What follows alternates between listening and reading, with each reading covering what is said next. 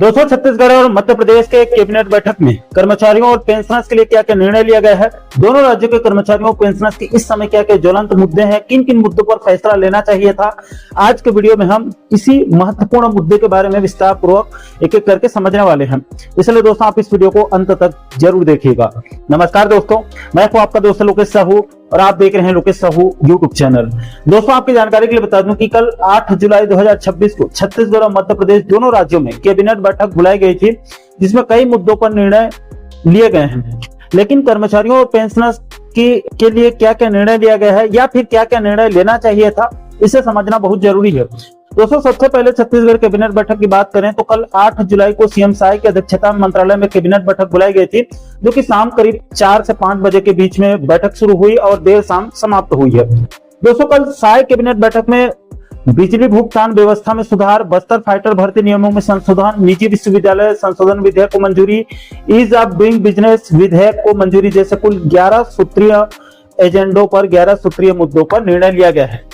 लेकिन आपको जानकर हैरानी होगी कि कल साय कैबिनेट बैठक में प्रदेश के नियमित या फिर अनियमित कर्मचारियों और पेंशनर्स जगत के लिए कोई भी निर्णय नहीं लिया गया है। कर्मचारी वर्ग के लिए कल का कैबिनेट बैठक टोटल चाय नाश्ता बैठक साबित हुआ है। दोस्तों, इस समय प्रदेश के कर्मचारी वर्ग में कई ज्वलंत मुद्दे हैं, जैसे कि प्रदेश के 4 लाख से अधिक सरकारी कर्मचारियों के लिए बजट सत्र में कैशलेस चिकित्सा सुविधा का ऐलान हो चुका है और इसके लिए बजट में 100 करोड़ रुपए का प्रावधान भी किया जा चुका है, लेकिन अभी तक इसको धरातल में नहीं उतारा गया है।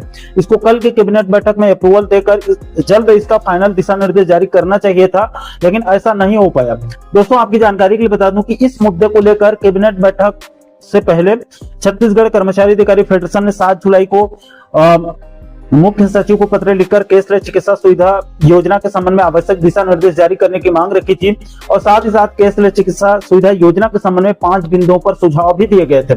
इसके अलावा इसी कैशलेस चिकित्सा सुविधा योजना मुद्दे को लेकर कैबिनेट बैठक से पहले छत्तीसगढ़ कैशलेस चिकित्सा सेवा कर्मचारी कल्याण संघ के पदाधिकारियों की तरफ से भी विधायक मंत्रियों से सौजन्य मुलाकात करके उनको ज्ञापन सौंपकर मांग किया गया था कि कैशलेस चिकित्सा सुविधा योजना को कैबिनेट से अप्रूवल दिया जाए और साथ ही साथ इस मुद्दे को विधानसभा के मानसून सत्र में उठाने की भी अपील किया गया है। इसके अलावा दोस्तों, इस समय छत्तीसगढ़ के नियमित कर्मचारियों की तरफ से केंद्र के समान एरिया सहित 60% डीए का बड़ी बेसब्री से इंतजार किया जा रहा है। इसको भी कल के कैबिनेट बैठक में घोषणा करना चाहिए था। हालांकि डीए वृद्धि करने के लिए कैबिनेट बैठक की कोई खास जरूरत नहीं होती है, वो सरकार अपने हिसाब से उसको अब आदेश भी जारी कर सकती है, लेकिन चूंकि कल बैठक था इसलिए कल कैबिनेट में 60% डीएडीआर का ऐलान हो जाता तो राज्य के लाखों कर्मचारियों पेंशनर्स को महंगाई से राहत मिल जाती। लेकिन छत्तीसगढ़ में कर्मचारी संगठनों में जो है वो इस समय एकता का अभाव दिखा जा रहा है, सरकार के ऊपर सही से दबाव नहीं बन पा रहा है, इसलिए शायद सरकार डीएडीआर मुद्दे पर गंभीर नहीं दिख रही है। अगर प्रदेश के सभी कर्मचारी संगठन आपस में मिलजुल कर लड़ेंगे तो निश्चित रूप से सरकार के ऊपर दबाव बन सकता है। इसके अलावा दोस्तों, कल कैबिनेट बैठक में कर्मचारियों के ट्रांसफर से बैंक खोलना बहुत जरूरी था, क्योंकि इस समय ट्रांसफर का भी बड़ी बेसब्री से इंतजार किया जा रहा है। इसलिए कम से कम एक बार ट्रांसफर से बैंक खोलकर कर्मचारियों और शिक्षकों को राहत प्रदान करना चाहिए था।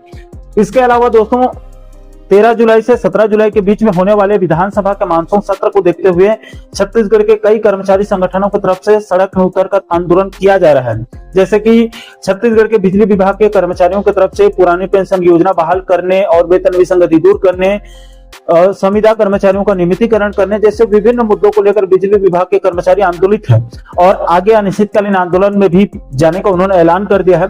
इसलिए इनके मुद्दों पर भी कल के कैबिनेट में कोई निर्णय लेना चाहिए था। इसके अलावा उधर राज्य के बस्तर सरगुजा जैसे सुदूर अंचल में बीते 10-11 सालों से काम करने वाले अतिथि शिक्षक विद्यामितान संघ की तरफ से भी संविलियन या नियमितीकरण सहित विभिन्न मुद्दों को लेकर बीते 1 जुलाई से अनिश्चितकालीन आंदोलन चल रहा है, जिसको पिछले वीडियो में आप लोगों को विस्तारपूर्वक बताया था। आप इस वीडियो को देख सकते हैं। इनके मुद्दों पर भी कैबिनेट बैठक में कोई निर्णय लेना चाहिए था शायद सरकार को। इसके अलावा आपकी जानकारी के लिए भी बता दूं कि छत्तीसगढ़ सहायक शिक्षक समग्र शिक्षक फेडरेशन ने 2 दिन पहले बैठक लेकर प्रदेश के सहायक शिक्षकों के वेतन विसंगति दूर करने, प्रथम नियुक्ति तिथि सेवा गणना करने, बीएसके ऐप को बंद करने, टीटी अनिवार्यता मुद्दे पर सकारात्मक निर्णय लेने जैसे 7 सूत्रीय मुद्दों को लेकर वार्ता विफल होने के बाद 15 जुलाई को विधानसभा घेराव करने का भी बड़ा ऐलान कर दिया है। इसलिए शिक्षक समुदाय के कुछ मुद्दों को जिनको कैबिनेट में निर्णय लिया जा सकता है, उन मुद्दों को कल कैबिनेट बैठक में कोई डिसीजन लेना चाहिए था। इसके अलावा दोस्तों छत्तीसगढ़ के 4 लाख से अधिक नियमित कर्मचारियों की एक और गंभीर समस्या है। दोस्तों आपको याद होगा कि सामान्य प्रशासन विभाग ने 9 जून 2026 को क्रमोन्नति समयमान वेतनमान योजना के संबंध में एक आदेश जारी किया था और 31 मार्च 2026 से पहले नियुक्त कर्मचारियों को क्रमोन्नति और समयमान वेतनमान योजना में से किसी एक विकल्प का चयन करने के लिए 1 महीना का समय दिया था, जिसको कई अलग अलग वीडियो में आप लोगों को समझाने का मैं प्रयास किया हूं। दोस्तों इसमें सबसे बड़ी दिक्कत यह हो रही है कि शासन ने इसके संबंध में अभी तक तुलनात्मक दिशा निर्देश जारी नहीं किया है, इसलिए दोनों योजना में अंतर क्या है और कर्मचारियों को किस योजना में कितना लाभ होगा ये आधिकारिक रूप से स्पष्ट नहीं हो पा रहा है। और इसके विकल्प जमा करने की आज 9 जुलाई को अंतिम दिवस है। इसके विकल्प जमा करने की अंतिम तिथि को आज 9 जुलाई से आगे बढ़ाने को लेकर शायद सरकार को कोई निर्णय लेना चाहिए था या फिर सामान्य प्रशासन विभाग को आदेश देकर एक संशोधित आदेश जारी करवा देना चाहिए था, लेकिन इस निकम्मी सरकार से यह भी नहीं हो पाई है। इसको लेकर कर्मचारियों में भारी असमंजस देखी जा रही है। इस मुद्दे को लेकर बाकायदा छत्तीसगढ़ सहायक शिक्षक, समग्र शिक्षक फेडरेशन और छत्तीसगढ़ कर्मचारी अधिकारी फेडरेशन ने उच्च अधिकारियों को पत्र लिखकर दिशा निर्देश जारी करने और इसके विकल्प जमा करने की तिथि को आगे बढ़ाने की अपील भी किया गया था, लेकिन इस हठधर्मी सरकार ने इसे भी अभी तक नहीं सुना। इसके अलावा प्रदेश के संविदा, दैनिक वेतनभोगी और अनियमित कर्मचारियों की भी जरूरी मुद्दों पर भी विशेष ध्यान देने की सख्त जरूरत है। इसके अलावा पेंशन जगत की बात करें तो इस समय प्रदेश के पेंशनर्स की 2 बड़ी मांग है। पहला तो केंद्र के समान एरियर्स सहित 60% यानी कि लंबित 2% महंगाई राहत का आदेश जारी किया जाए और दूसरा धारा 49 के आपसी सहमति को विलोपित किया जाए। दोस्तों जिन साथियों को नहीं पता उनकी जानकारी के लिए बता दूं कि धारा 49 के आपसी सहमति को हमेशा के लिए समाप्त करने के लिए बीते दिनों मध्य प्रदेश सरकार ने छत्तीसगढ़ सरकार से सहमति मांगी थी, जिसको पिछले वीडियो में आप लोगों को साफ बता चुका हूं। अब कल शायद सरकार के पास अच्छा मौका था। कल की कैबिनेट बैठक में मध्य प्रदेश राज्य पुनर्गठन अधिनियम सन 2000 की धारा 49 के आपसी सहमति को हमेशा के लिए समाप्त करने को लेकर कैबिनेट की अप्रूवल देकर अगले विधानसभा सत्र में एक शासकीय संकल्प पारित करके इसको केंद्र के सहमति से आपसी सहमति को हटाया जा सकता था। दोस्तों यहाँ पर मैं स्पष्ट कर दूं कि मध्य प्रदेश राज्य पुनर्गठन अधिनियम सन 2000 की धारा 49 ये कभी समाप्त नहीं होगी, क्योंकि वो दोनों राज्यों के बीच बंटवारे की धारा है। सिर्फ उसके आपसी सहमति को विलोपित किया जा सकता है ताकि महंगाई राहत में वृद्धि करने से पहले बार बार आपसी सहमति लेने देने की जरूरत ना पड़े और दोनों राज्यों के पेंशनर्स को आजादी मिल सके। लेकिन कल के कैबिनेट बैठक में शायद सरकार ने इस विषय पर भी कोई निर्णय नहीं लिया, जिससे छत्तीसगढ़ के पेंशनर्स में भारी नाराजगी, भारी निराशा देखी जा रही है। इसके अलावा दोस्तों छत्तीसगढ़ के अलग अलग विभागों के कर्मचारी संगठनों में और भी कई अलग अलग समस्याओं, मुद्दे हैं। इसके बाद दोस्तों मध्य प्रदेश कैबिनेट बैठक की बात कर लेते हैं। तो देखिए दोस्तों, कल 8 जुलाई 2026 को मुख्यमंत्री मोहन यादव जी की अध्यक्षता में मध्य प्रदेश के अंदर भी कैबिनेट बैठक बुलाई गई थी। दोस्तों कल के बैठक में मोहन सरकार ने फ्री स्कूटी योजना को आगे बढ़ाया है। सेंट्रल पुर से बचे अनाज को ई ऑक्शन में बेचने, गुजरात सरकार को जल समझौते के लिए 217 करोड़ रुपए देने, शिवपुरी में अडानी एरोस्पेस यूनिट से 10,000 लोगों को रोजगार देने सहित कई मुद्दों पर निर्णय लिया है। लेकिन मध्य प्रदेश की मोहन सरकार ने भी मध्य प्रदेश के कर्मचारियों और पेंशनर्स के लिए कोई निर्णय नहीं लिया है, जिससे कर्मचारी और पेंशनर जगत में वहां भी भारी नाराजगी देखी जा रही है। दोस्तों इस समय मध्य प्रदेश के कर्मचारी जगत में भी कई प्रमुख समस्याएं हैं, लेकिन नियमित कर्मचारियों में केंद्र के समान एरिया सहित 60% डीएडीआर की मांग सबसे ज्यादा देखी जा रही है।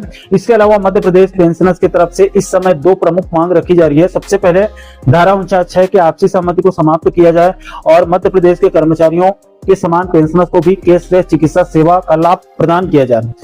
दोस्तों आपकी जानकारी के लिए बता दूं कि सेवानिवृत्त अधिकारी कर्मचारी पेंशनर्स महासंघ मध्य प्रदेश के प्रतिनिधि मंडल ने बीते महीने 25 जून 2026 को मध्य प्रदेश के वित्त मंत्री जगदीश देवड़ा जी से सौजन्य मुलाकात करके 2 सूत्री मांग रखी थी। सबसे पहले धारा 49A पर छत्तीसगढ़ सरकार से सहमति के लिए आने वाली बाध्यता को समाप्त करके कर्मचारियों के समान पेंशनर्स को भी महंगाई राहत प्रदान करने की मांग रखी थी और दूसरी मांग ये रखी गई थी कि कैशलेस स्वास्थ्य बीमा योजना के अंतर्गत मध्य प्रदेश पेंशनर्स से प्रस्तावित 4% अंशदान को कम करके कर्मचारियों के समान 1% करने की मांग रखी गई थी।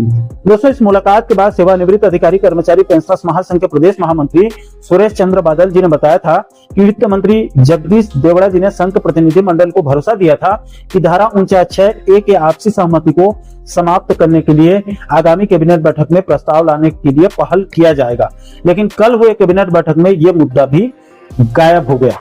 जिसकी वजह से मध्य प्रदेश और छत्तीसगढ़ के लाखों पेंशनर्स को अभी और इंतजार करना पड़ सकता है। इसके अलावा दोस्तों छत्तीसगढ़ और मध्य प्रदेश के कर्मचारी और पेंशनर जगत में और भी कई छोटी बड़ी समस्याएं हैं, जिसको एक वीडियो में बताया जाएगा तो वीडियो काफी ज्यादा लंबा हो जाएगा। लेकिन दोस्तों दोनों राज्यों के डबल इंजन वाली सरकारों के कैबिनेट बैठक में कर्मचारी और पेंशनर जगत का मुद्दा पूरी तरह से कल गायब हो गया है। दोस्तों इस गंभीर मुद्दे को लेकर आप लोगों की क्या राय है, नीचे आप लोग कमेंट बॉक्स में अपनी अपनी प्रतिक्रिया जरूर शेयर कीजिएगा। और दोस्तों आप आगे भी छत्तीसगढ़ और मध्य प्रदेश के कर्मचारियों और पेंशनर जगत से जुड़े इसी प्रकार के तमाम महत्वपूर्ण मुद्दों पर आप आगे वीडियो देखना चाहते हैं तो आप हमारे चैनल को जरूर सब्सक्राइब कर लीजिएगा, ताकि आने वाले सभी नए वीडियो का नोटिफिकेशन आप लोगों तक तुरंत पहुंच सके। दोस्तों इस वीडियो में फिलहाल अभी के लिए इतना ही। इस वीडियो को अंत तक देखने के लिए आप सभी दर्शकों का बहुत बहुत धन्यवाद।